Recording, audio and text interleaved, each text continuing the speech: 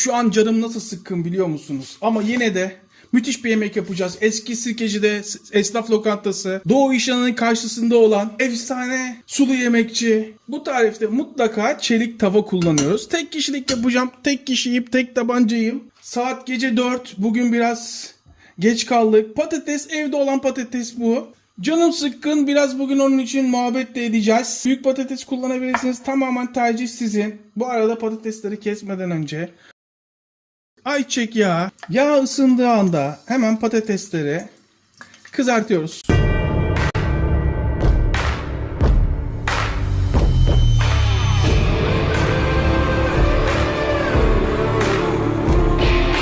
Tek kişi olduğum için bana bir tane et yeterli. Çıralı gördüğünüz gibi antrikotlarım gayet kaliteli. Hatta bu kasaptan alıp size eti çekmek istiyorum daha sonra ki herkes kaliteli et yiyebilsin diye. Üstüne tuz. Hemen şöyle biraz yağ. Her yerine yağ bulaşsın. Hemen bu tarafa biraz karabiber. Bol bol olursa daha lezzetli olur.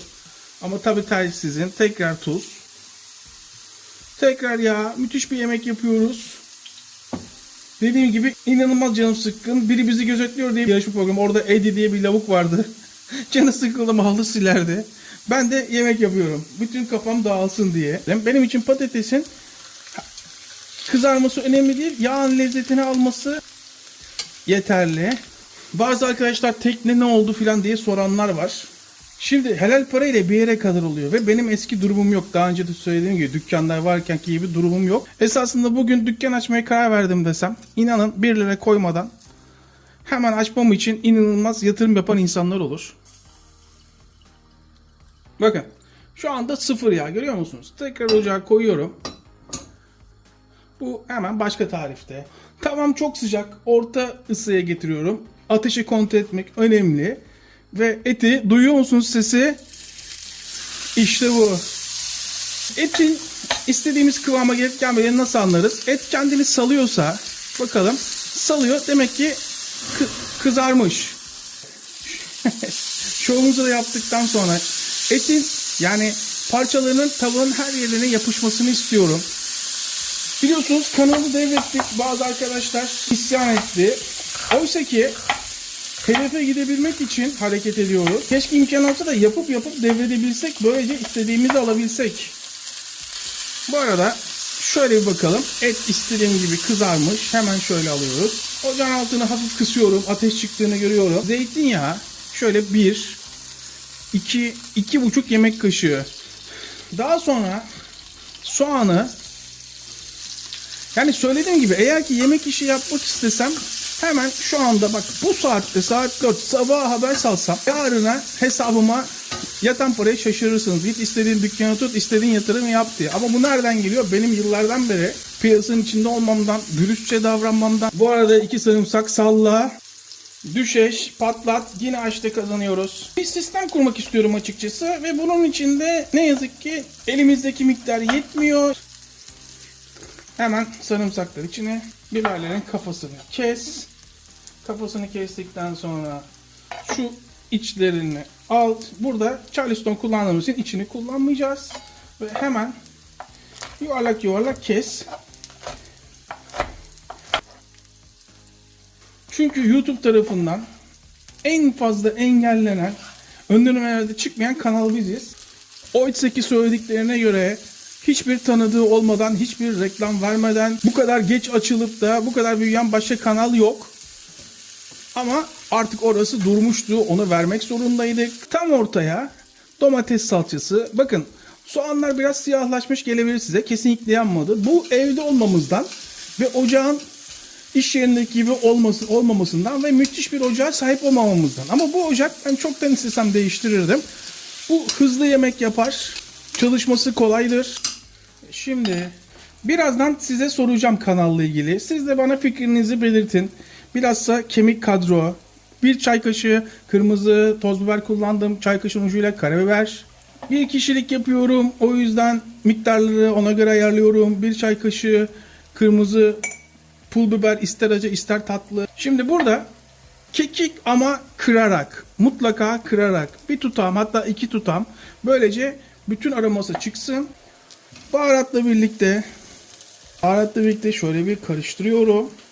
Daha sonra 2 tane küçük domates. Küçük domates olmayan orta bir domates de kullanabilir. Hemen onları 4'e bölüyorum. Bak, kabuğunu soymuyorum. İsteyen soyabilir ama hiç gerek yok.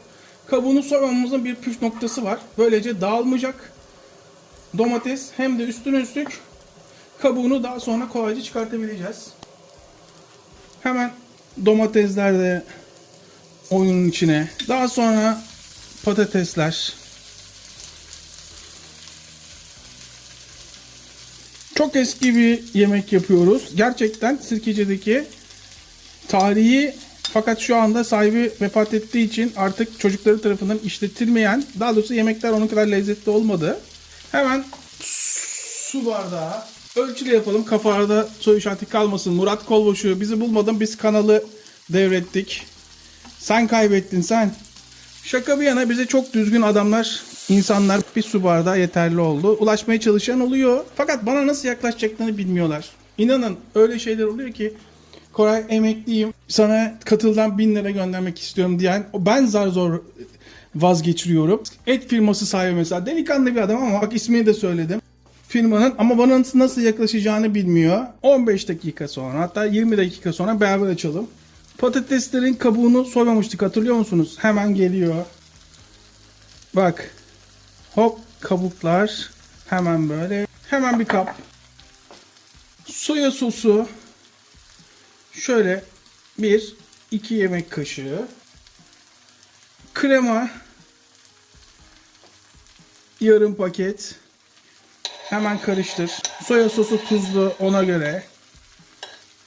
Şimdi hemen şöyle domatesi eziyorum. Şöyle eziyorum. Bak, lezzetlenmesi için hemen şöyle yarım yemek kaşığı tereyağı. Yaptığımız karışım hemen ortasına. Lezzetsiz olma şansı var mı? Tereyağı eridiği anda et tam ortaya. Hiç böyle beklemiyordunuz değil mi? Bastır bastır. Lezzetini alsın. Çevir. İşte bu. Dayanması zor ama sizden sadece 5 dakika daha pişmesi için izin istiyorum. Tarifin en önemli yerine geldik. Burası mutfak. Kıracağız, dökeceğiz, keyfimize bakacağız. Saat gece 4. Bir vampirin tarif defterinden bildiriyorum. Şimdi size sorum. Kafamdaki bir arsa üzerine miktarı ne kadar artık alabilirsek 4-5 tane arsa yan yana ve bunların üstüne tiny house veyahut da lüks konteyner yapıp, bir tanesini de bunca yıldır YouTube'da beni takip edenlere, bir aile gibi olduğumuz kişilere kıyaklar yapmak orada bilhassa. Yani tekneden vazgeçelim diyoruz. Çünkü mecbur geçiyoruz, alamıyoruz çünkü paramız yetmiyor. Bakalım, yapabilsek yapacağız. Yapamazsak da bana kızmayacaksınız. Kanalları yapıp devrederiz. Yapacak bir şey yok. Çünkü düzgün bir şekilde, namuslu bir şekilde para kazanarak bir yere kadar bir şeyler yapılabiliyor. 5 dakika pişmesini bekliyoruz. 5 dakika sonra bir karar vermelisiniz. Koray, ben böyle sulu sulu istiyorum. Suyunu, hatta bakalım suyunun tadına, eminim ama tek kişi olduğum için rahatım kaşık kullanmakta. Böyle bir şey yok. Böyle bir şey yok. Sos gibi istiyorum, çektireceğim diyorsanız hadi biraz daha çektirelim. Artık tabağımızı yapabiliriz. Bak, şu üstündeki yapıyı görüyor musunuz? Ama ilk başta sağlam bir tabak yapmak için eti ayırıyorum. Daha sonra şöyle bir tabak kullanacağım. Tutabiliriz. Şöyle bir bakalım. Yanma yok.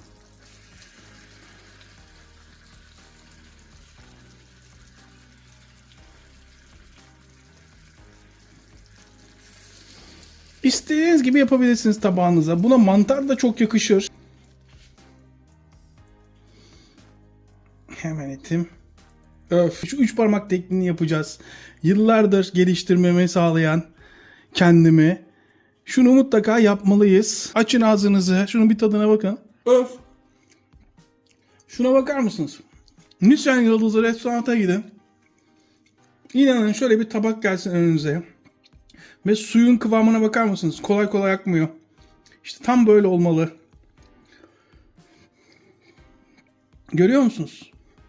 Bana sorarsanız muhteşem oldu. Görüntü 10 numara. Resmen tablo gibi. Michelangelo, Da Vinci, Picasso.